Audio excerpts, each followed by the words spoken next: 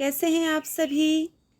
तो बच्चों चलिए शुरू करते हैं आपकी पाठ्य पुस्तक क्षितिज के पाठ नेताजी का चश्मा के कुछ महत्वपूर्ण बहुविकल्पीय प्रश्न। तो चलिए आप करना स्टार्ट करिए फटाफट अपनी फेयर कॉपी में। तो पहला प्रश्न है बच्चों, नेताजी की मूर्ति पर सरकंडे का चश्मा किसने लगाया होगा? वो कौन सा इंसान था जिसने नेताजी की मूर्ति पर सरकंडे का चश्मा लगाया? ठीक है, आपको ऑप्शन देते हैं। पान वाले ने, लेखक ने, हवलदार ने या किसी बच्चे ने। अब इन चारों में से जिसने भी मूर्ति पर सरकंडे का चश्मा लगाया, आपको उनका नाम अपनी उत्तर पुस्तिका में लिखना है। सेकंड प्रश्न है बच्चों, चश्मे के प्रति पान वाले के मन में कैसी भावना थी? ठीक है, चश्मे वाला जो था उसके प्रति पान वाले के मन में कैसी भावना थी? तो ऑप्शन है घृणा, उत्साह, उपेक्षा या इनमें से कोई नहीं। अब इन चारों में से जैसी भी भावना पान वाले के मन में चश्मे वाले के प्रति थी वो आप बताइए। नेक्स्ट है क्वेश्चन नंबर 3, किसे देखकर हवलदार के चेहरे पर कौतुक भरी मुस्कान फैल गई? पान वाले को देखकर, बच्चे को देखकर, मूर्ति के चेहरे को देखकर या इनमें से कोई नहीं। इन चारों में से कौन सा वो कारण था जिसको देखकर हवलदार साहब के चेहरे पर कौतुक भरी मुस्कान फैल गई? नेक्स्ट है बच्चों क्वेश्चन नंबर 4, चश्मे वाले को पान वाला क्या समझता था? कैप्टन, पागल, ईमानदार या गरीब? इन चारों में से चश्मे वाले को पान वाला क्या समझता था? ठीक है बच्चों, ये ऑब्जेक्टिव टाइप्स क्वेश्चंस हमें ये बताएंगे कि आपको ये चैप्टर कितना समझ में आया। ठीक है, नेक्स्ट है बच्चों क्वेश्चन नंबर 5, एक बार कस्बे से गुजरते समय हवलदार को मूर्ति में क्या अंतर दिखा? अब हवलदार साहब को मूर्ति पर जो अंतर दिखा वो आपको बताना है। ऑप्शन है मूर्ति पर चश्मा नहीं था, बी है मूर्ति टूटी हुई थी, मूर्ति गंदी थी, इनमें से कोई नहीं। क्या अंतर दिखा आप जानते हैं, आपने चैप्टर पढ़ा है। इन चारों में से जो भी सही ऑप्शन है उसे आप लिख लीजिए। नेक्स्ट है बच्चों क्वेश्चन नंबर 6, नेताजी की बगैर चश्मे वाली मूर्ति किसे बुरी लगती थी? हवलदार साहब को, कस्बे वालों को, पान वाले को या चश्मे वाले को? इन चारों इंसानों में से वो कौन सा इंसान था जिसे नेताजी की बगैर चश्मे वाली मूर्ति बुरी लगती थी? फटाफट उत्तर कॉपी में करिए। नेक्स्ट है, पहली बार कस्बे से गुजरने पर हवलदार साहब मूर्ति पर क्या देखकर चौंके? जब हवलदार साहब पहली बार कस्बे से गुजरे तो आखिर मूर्ति में ऐसा क्या था जिसे देख करके वे चौंक गए थे? ऑप्शन है टोपी, छाता, चश्मा, इनमें से कोई नहीं। मुझे पता है आपको इसका उत्तर बहुत ही परफेक्टली सही पता है। नेक्स्ट है बच्चों, हवलदार साहब का स्वभाव कैसा था? हवलदार साहब किस तरह के स्वभाव के व्यक्ति थे? सनकी, पागल, भावुक, देशभक्त? बताइए हवलदार साहब का स्वभाव कैसा था? नेक्स्ट है क्वेश्चन नंबर 8, हवलदार साहब किस बात पर दुखी हो गए? दुनिया के स्वार्थी स्वभाव पर, नेताजी की मूर्ति को देखकर, पान वाले को देखकर या इनमें से कोई नहीं? क्या है सही आंसर कि हवलदार साहब किस बात से दुखी हो गए थे? इन 4 ऑप्शन आपको दिए हैं बच्चों। नेक्स्ट है क्वेश्चन नंबर 10, नेताजी की मूर्ति की ऊंचाई कितनी थी? जो मूर्ति थी नेताजी की उसकी ऊंचाई कितनी थी? 4 फुट, 3 फुट, 5 फुट कि 2 फुट? ठीक है, बस्ट की ऊंचाई कितनी होती है मैंने आपको बताया था, बस बता दीजिए सही ऑप्शन। नेक्स्ट है, चश्मे वाले कैप्टन के मन में देशभक्तों के प्रति कैसी भावना थी? जो कैप्टन था उसके मन में देशभक्तों के प्रति कैसी भावना थी? ऑप्शन है आदर की, घमंड की, घृणा की, ईर्ष्या की।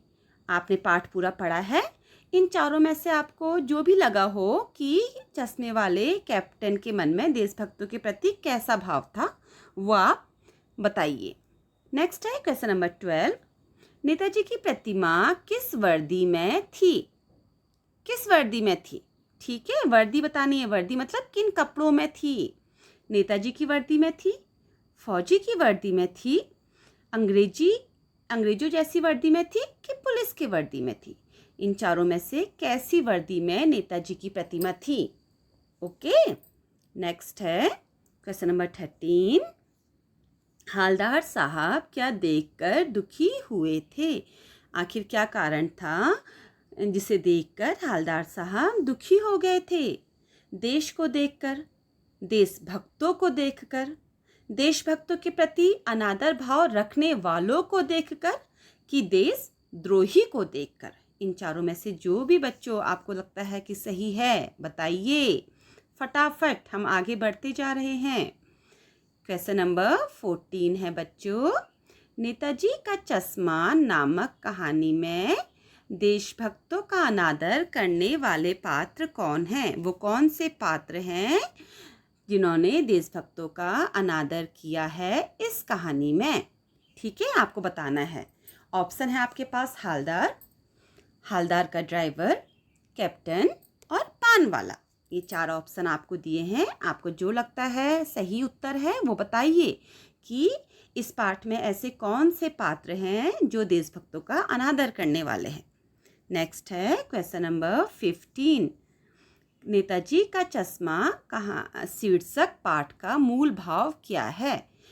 किस भावना से प्रेरित होकर ये कहानी लिखी गई है? ऑप्शन है देशभक्ति, बी है समाज भाव, सामाजिक भाव, सी है राजनीतिक जागृति और डी है मूर्ति कला की प्रशंसा। अब बताइए, आपने पूरा पाठ पढ़ा है, किस भावना से प्रेरित होकर लेखक ने ये पाठ लिखा है? नेक्स्ट है बच्चों क्वेश्चन नंबर 16। नेताजी की मूर्ति पर सरकंडे का चश्मा को देखकर क्या उम्मीद जगती है? क्या उम्मीद जगती है सरकंडे का चश्मा देखकर? सरकंडे आपको बताया था जब मैंने पाठ पढ़ाया था कि सरकंडा एक तरह की घास होती है, ठीक है ना? तो ऑप्शन है ए ज्ञान प्राप्ति की उम्मीद, बी नए लोगों में देशभक्ति की उम्मीद, सी धन दौलत प्राप्त करने की उम्मीद और डी देश की तरक्की की उम्मीद। आपको बताना है कि नेताजी की मूर्ति पर सरकंडे का चश्मा देखकर किस तरह की उम्मीद जगती है, ठीक है? नेक्स्ट है बच्चों क्वेश्चन नंबर 17। इस पाठ में पानवाले के चरित्र की मुख्य विशेषता क्या दिखाई गई है? जो पानवाला था उसकी कौन सी मुख्य चारित्रिक विशेषता बताई गई है पाठ में? ऑप्शन है धोखेबाज है कौन? पानवाला। ओके, दूसरा सेकंड ऑप्शन है बी पानवाला चालाक है, पानवाला बातों का धनी है और लास्ट है ऑप्शन डी पानवाला गरीब और ईमानदार है। अब इन चारों में से बस एक ही ठीक है, आपको पता है। नेक्स्ट प्रश्न है क्वेश्चन नंबर 18। वो लंगड़ा क्या जाएगा फौज में? पागल है पागल, ये शब्द किसने कहे थे? याद है ना आपको जब हमने चैप्टर पढ़ा था? ये इंपॉर्टेंट लाइन थी और मैंने आपको वहीं पर ही अंडरलाइन भी करवाई थी कि बहुत इंपॉर्टेंट लाइन है बच्चों, किसी भी तरह से घुमा करके प्रश्न के रूप में पूछी जा सकती है आपसे। तो चलिए आ गया, देखिए प्रश्न। अब बताइए किसने कही थी ये लाइन? पानवाले ने, हालदार ने, ड्राइवर ने या नगरपालिका के अध्यक्ष ने? इन चारों में से एक ने ये पंक्ति कही है बच्चों। नेक्स्ट है बच्चों क्वेश्चन नंबर 19। नेताजी का चश्मा पाठ के लेखक का नाम है। बस सबसे महत्वपूर्ण प्रश्न, मैं वही सोच रही कि ये वाला प्रश्न कहाँ गया। सबसे महत्वपूर्ण प्रश्न है कि आपको पता होना चाहिए कि नेताजी का चश्मा पाठ के लेखक कौन है। अब ऑप्शन है राम वृक्ष बेनीपुरी जी, मनु भंडारी जी, स्वयं प्रकाश जी और यशपाल जी। अभी चारों में से एक लेखक हैं जिन्होंने नेताजी का चश्मा पाठ लिखा है। नेक्स्ट है क्वेश्चन नंबर 20। हालदार साहब कस्बे में क्यों रुकते थे? क्या कारण था कि हालदार साहब कस्बे में रुकते थे? ऑप्शन है आराम करने के लिए, पान खाने के लिए, किसी से मिलने के लिए, कंपनी के काम के लिए। 4 ऑप्शन है, आराम, पान खाने, किसी से मिलने, कंपनी के काम के लिए। अब इसमें से बस एक है ऐसा ऑप्शन जो ठीक है, आपको बताना है। Next question number 21। Netaji Subhash Chandra Bose की प्रतिमा किसने बनवाई थी? ठीक है, किसने बनवाई थी, किसने बनाई नहीं कहा जा रहा है, बनवाई थी। सॉरी, किसने बनाई थी, बनवाई नहीं कहा जा रहा है, बनाई कहा जा रहा है कि किसने वो मूर्ति को बनाया था। कस्बे के नेता ने, कस्बे के मूर्तिकार ने, स्कूल के ड्राइंग मास्टर ने, स्कूल के हेड मास्टर ने। देखो, दो तरह के प्रश्न बन जाते हैं बच्चों, यहीं पर ही ऑप्शन जरूर चेंज हो जाएंगे। ये हमसे पूछ रहे हैं कि नेताजी सुभाष चंद्र बोस की प्रतिमा किसने बनाई थी, वो प्रतिमा को किसने बनाया था। अगर यहाँ पर बनाई के बदले बनवाई होती तो इसका आंसर दूसरा होता। तो इस तरह के प्रश्नों को बहुत ही ध्यान से किया करो। नेक्स्ट है क्वेश्चन नंबर 22। ड्राइंग मास्टर का क्या नाम था? याद है, चैप्टर पढ़ा था बहुत ढंग से हमने। याद करिए कि ड्राइंग मास्टर का क्या नाम है। ऑप्शन दे रही हूँ मैं आपको, मोतीलाल जी, किशन लाल जी, प्रेमपाल जी और सोहन लाल जी। अब इन चारों में से एक है ड्राइंग मास्टर का नाम। जैसे आपका एक नाम है, मेरा एक नाम है, वैसे ही ड्राइंग मास्टर का भी कुछ नाम है। बताइए फटाफट। नेक्स्ट है क्वेश्चन नंबर 23। कस्बे में कितने स्कूल थे? 5, 4, 3, 2। बहुत ही आसान सा प्रश्न है। लास्ट में बच्चों कितने स्कूल बताने हैं, संख्या दी हुई है, बताइए फटाफट। 24 क्वेश्चन नंबर। सुभाष चंद्र बोस की प्रतिमा किस वस्तु की बनी थी, किस चीज से बनी थी सुभाष चंद्र बोस जी की प्रतिमा? ठीक है, लोहे की, संगमरमर की, मिट्टी की या कांसे की? इन चारों में से एक आंसर है, बताइए। क्वेश्चन नंबर 25 बच्चों, मूर्ति निर्माण में नगरपालिका को देर क्यों लगी होगी? क्या कारण था कि मूर्ति के निर्माण में नगरपालिका को देर लगी? देखो, मैंने बताया ना आपको अभी पहले ही, किसने बनवाई और किसने बनाई। यहाँ नगरपालिका ने बनवाई, देखो पता चल रहा है हमें। ठीक है, चलिए ऑप्शन है धन के अभाव के कारण, मूर्तिकार न मिलने के कारण, मूर्ति स्थापना के स्थान का निर्णय न कर पाने के कारण, और लास्ट है संगमरमर न मिलने के कारण। इन चारों में से जो सही ऑप्शन है मूर्ति बनाने में देर लगने का, वो आप बताइए। नेक्स्ट है क्वेश्चन नंबर 26। मूर्ति बनाकर पटक देने का क्या भाव है? ठीक है, ये भी मैंने आपको अंडरलाइन करवाया था। इसके पीछे क्या भाव है, क्या कहना चाहते हैं लेखक इस वाक्य के पीछे? ऑप्शन है मूर्ति बनाकर तोड़ देना, मूर्ति बनाना, मूर्ति समय पर बनाना, मूर्ति को फेंक देना। अब किताब के पेपर पलटने पड़ेंगे शायद आपको कि किस भाव से लेखक ने ये कहा है, ये वाक्य कहा है। ठीक है, चलिए नेक्स्ट क्वेश्चन देखते हैं। हालदार साहब किसे देखकर अवाक रह गए थे? क्या कारण था कि हालदार साहब किस वस्तु को देख के, किस चीज को देख के अवाक रह गए थे? ऑप्शन है मूर्ति को, चश्मे को, कस्बे को, चश्मे वाले कैप्टन को। ठीक है, इन चारों में से एक ऑप्शन है, फटाफट बताओ बच्चों। नेक्स्ट है तुम मुझे खून दो मैं तुम्हें आज़ादी दूंगा, है ना, ये एक नारा है ना। ठीक है, तुम मुझे खून दो, नेताजी का नारा हमें क्या प्रेरणा देता है? इस नारे से तुम्हें क्या प्रेरणा मिलती है? ऑप्शन है तरक्की करने की, खून दान देने की, देश के लिए बलिदान देने की, और देश से प्रेम करने की।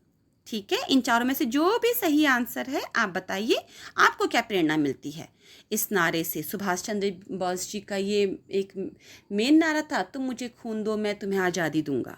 ठीक है, नेक्स्ट है बच्चों क्वेश्चन नंबर 29। सुभाष चंद्र बोस की प्रतिमा में क्या कमी रह गई थी? आखिर वो क्या कमी थी जो सुभाष चंद्र बोस की प्रतिमा में रह गई थी? ऑप्शन है टोपी नहीं थी, चश्मा नहीं था, प्रतिमा की ऊंचाई कम हो गई थी, या रंग उचित नहीं था। बताइए क्या कमी थी मूर्ति पर? पूरा चैप्टर ही इसी टॉपिक पर था क्योंकि। नेक्स्ट है बच्चों क्वेश्चन नंबर 30। अंतिम बार हालदार साहब ने नेताजी की मूर्ति पर कौन सा चश्मा देखा था? ऑप्शन है अंतिम बार पूछ रहे हैं। हाँ बेटा, हवलदार साहब ने नेताजी की मूर्ति पर कौन सा चश्मा देखा था?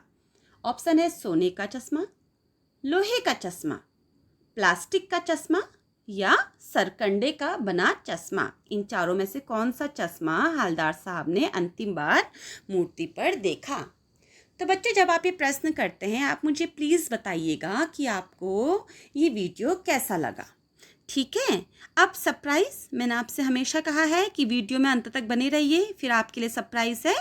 तो वीडियो का सरप्राइज़ जो है वो यह है कि इसके आंसर की भी मैंने आपके लिए बना के तैयार कर दिए हैं। देखिए, अब आप फटाफट अपने काम को चेक कर लीजिए। ठीक है बच्चों, अपने काम को चेक करके फटाफट मुझे बताइए कि ये वीडियो आपके काम का था भी कि नहीं। और अगर ये वीडियो आपके काम का था बच्चों, तो प्लीज़ इसे शेयर ज़रूर कीजिएगा अदर्स बच्चों के साथ भी, ताकि जिस प्रकार आप इस वीडियो से लाभान्वित हुए हैं, अन्य बच्चे भी इससे लाभान्वित हो पाएँ। ठीक है बच्चों, आपके कमेंट्स मेरे लिए मोटिवेशन का काम करते हैं। आप इसी तरह वीडियो को देखते रहिए, शेयर करते रहिए और मैं मोटिवेट होकर नए वीडियो बनाते रहूँगी। थैंक यू सो मच बच्चों। बाय बच्चों।